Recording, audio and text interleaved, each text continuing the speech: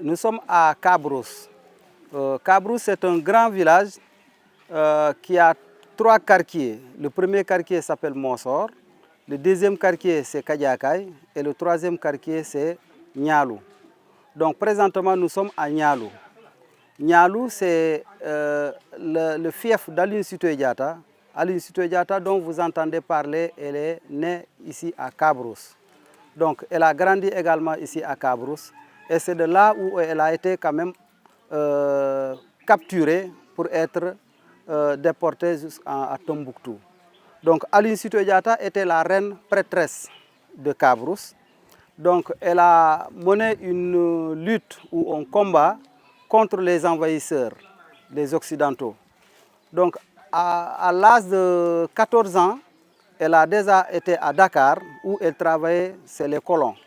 Donc c'est de là-bas où elle a été appelée par des voix mystiques.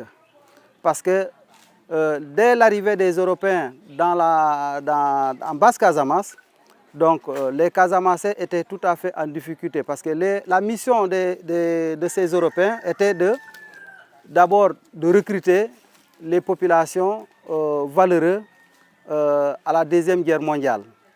Donc c'est à cette période-là que Aline Sitoé Diatta a été rappelé par des voix mystiques, donc pour aider sa population, son peuple. Donc au fur et à mesure, elle ne voulait pas en un premier temps revenir dans son village natal Cabrousse parce qu'elle gagnait sa vie à Dakar. Donc par la suite, elle a été quand même, elle s'est réveillée un jour handicapée. Donc quand la nouvelle est tombée à Cabrousse, il a fallu la faire revenir dans son village. Et dès qu'elle est arrivée à Cabrousse, elle a marché comme si rien ne l'était arrivé. Donc c'est à partir de là que les populations, les sages de Cabrousse ont su que c'était la personne qu'il faut pour régler la situation qui prévaut en Casamance. Donc Aline Sitoé Diatta, à cette époque, avait demandé les populations de la Basse-Casamance de mener une lutte pacifique contre ces Occidentaux. En quoi faisant, elle a demandé les populations d'abord de refuser la culture que les Occidentaux ont voulu imposer aux Casamassais, à savoir la culture de l'arachide, au détriment du riz, qui est une culture de base.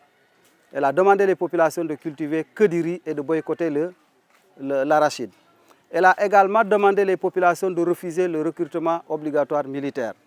Elle a également aussi demandé la population de la Basse-Casamance de boycotter la religion qu'a importée les Occidentaux, qui était la religion chrétienne.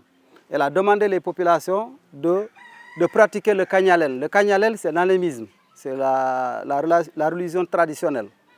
Donc, elle a aussi demandé les populations de refuser le calendrier occidental qui a 7 jours.